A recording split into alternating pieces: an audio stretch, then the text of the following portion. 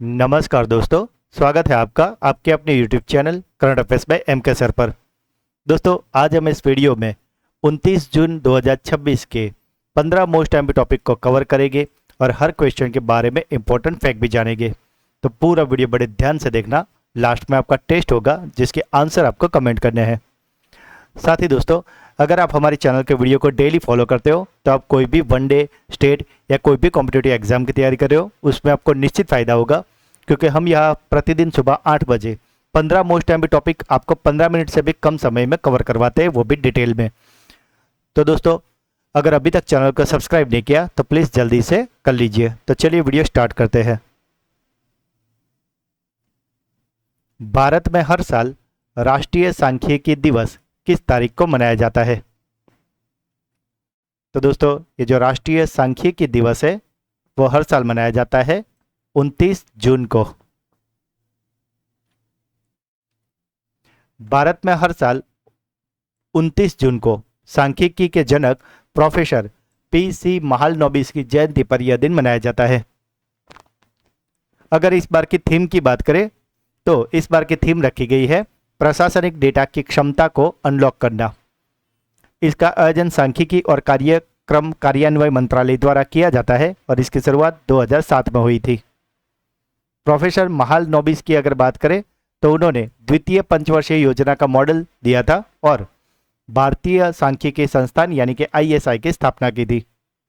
इस वर्ष सांख्यिकी के योगदान के लिए प्रोफेसर अरूप बोस को प्रतिष्ठित सुखात्मे राष्ट्रीय पुरस्कार से सम्मानित किया गया।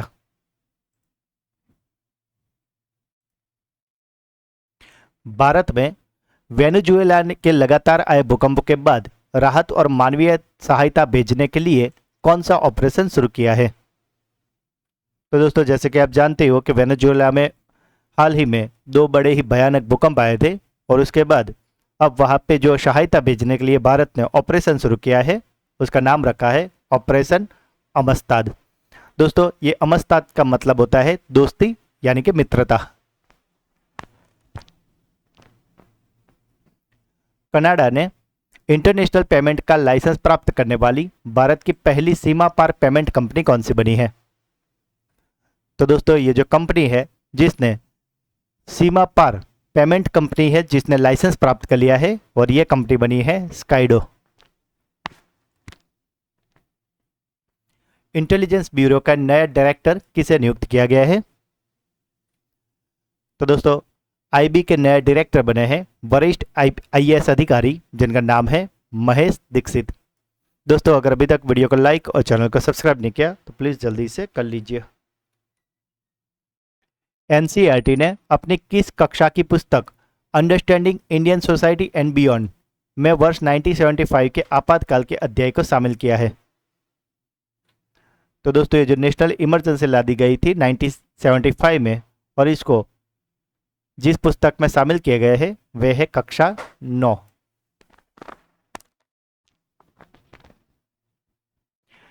यह नया खंड पुस्तक लोकतंत्र यानी कि डेमोक्रेसी अध्याय के अंतर्गत भारत में लोकतांत्रिक प्रथाओं के सामने चुनौतियां शीर्षक के तहत जोड़ा गया है। जून 1975 से लेकर 1977 तक लागू रहे 21 महीने के आपातकाल को भारतीय लोकतंत्र के सबसे काले और चुनौतीपूर्ण अध्यायों में से एक के रूप में पढ़ाया जाएगा। पुस्तक में आपातकाल के दौरान मौलिक अधिकारों के निलंबन, प्रेस पर सेंसरशिप, विपक्षी नेताओं की गिरफ्तारी और लोकतांत्रिक संस्थाओं पर पड़े दबाव का विस्तृत उल्लेख है और इस खंड में आपातकाल के खिलाफ छात्र आंदोलनों का नेतृत्व करने वाले समाजवादी विचारक जयप्रकाश नारायण का भी जिक्र है।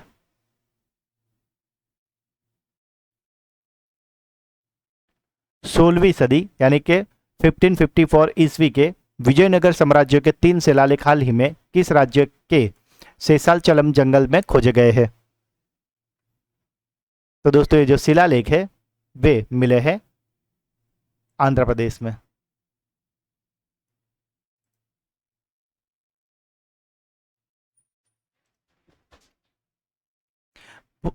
पुरातत्वीय सर्वेक्षण ने आंध्र प्रदेश के तिरुपति जिले के शेषाचलम जंगल जो कि सदाशिव कोना में है वहां पे 16वीं सदी के 3 दुर्लभ शिलालेख खोजे हैं। ये शिलालेख 31 जुलाई 1556 ईस्वी के हैं, जो विजयनगर साम्राज्य के तुलु राजवंश के राजा सदाशिव राय के शासनकाल से संबंधित है।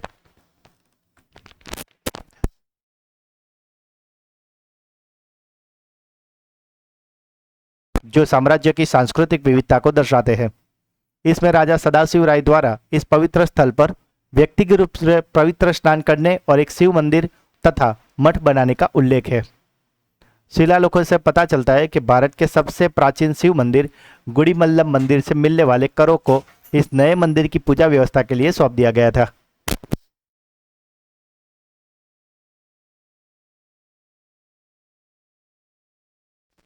स्कूल पुरस्कार 2026 के लिए भारत के कितने स्कूलों को शॉर्टलिस्ट किया गया है? तो दोस्तों, ये जो विश्व के सर्वश्रेष्ठ स्कूलों की लिस्ट बनी है, उसमें जो शॉर्ट लिस्टेड हुए हैं वे संख्या है भारत की 7, यानी कि 7 स्कूल इसमें शॉर्ट लिस्टेड हुए हैं।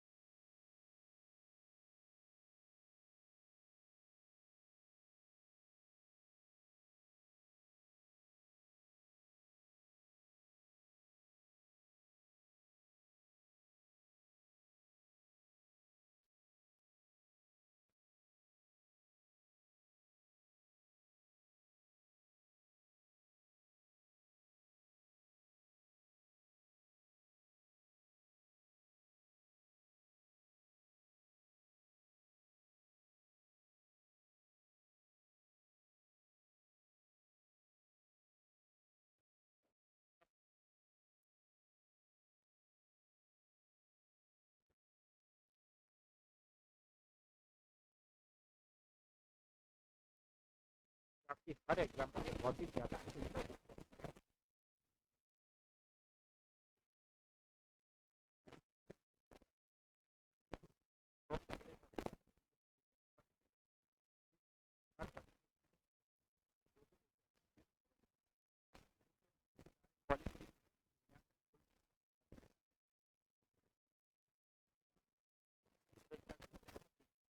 सम्मान के दोस्तों, जो यूके इंडिया पुरस्कार 2025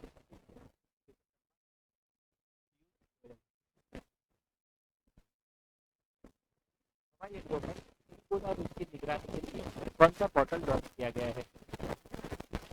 तो दोस्तों, जैसे कि आप जानते हो कि फिलहाल देश से ईबोला रोग का के बाद के रूप में ईबोला रोग की निगरानी पोर्टल लॉन्च किया गया है, उसका नाम है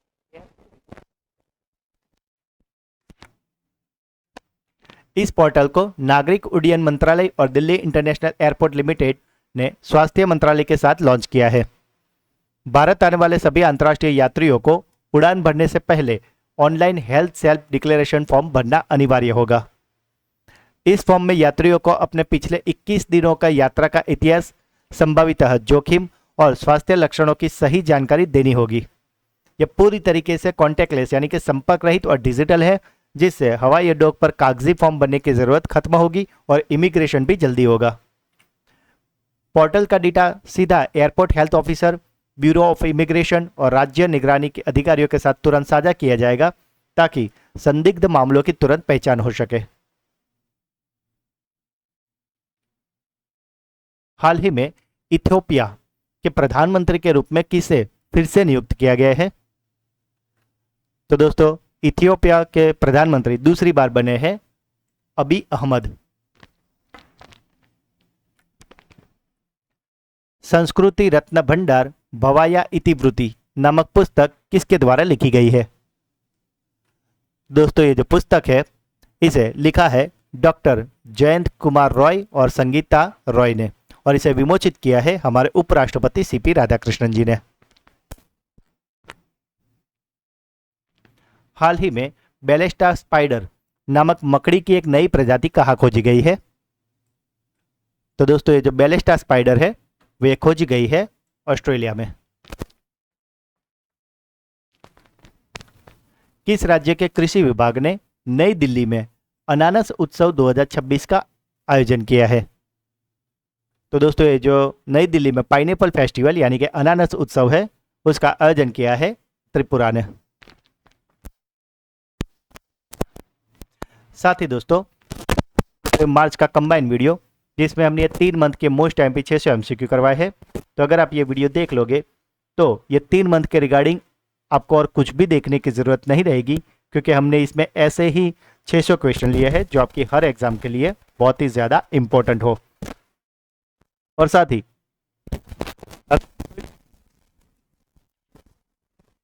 इन सभी मंथ के वीडियो इंडिविजुअल चाहिए तो वो सभी भी हमारे चैनल पर अवेलेबल है, जिसमें हमने हर मंथ के ऐसे मोस्ट एमपी 200 एमसीक्यू कवर किए हैं। इन सभी वीडियो का लिंक आपको इसी वीडियो के डिस्क्रिप्शन में भी मिल जाएगा। 12वीं भारत यूरोपीय यूनियन मानवाधिकार बैठक किस शहर में आयोजित की गई है? तो दोस्तों ये जो बैठक है इसका आयोजन किया गया है नई दिल्ली में।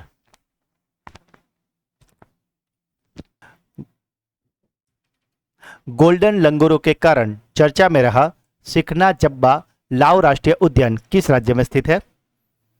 तो दोस्तों ये जो सिखना जब्बा लाव राष्ट्रीय उद्यान है उसका संबंध है असम से। तो दोस्तों ये थे आज के 15 मोस्ट एमपी टॉपिक। अब बारी है आपकी ब्रेन बूस्टर क्विज की, जिसमें 3 क्वेश्चन पूछे जाएंगे जिसके आंसर आपको कमेंट करने हैं।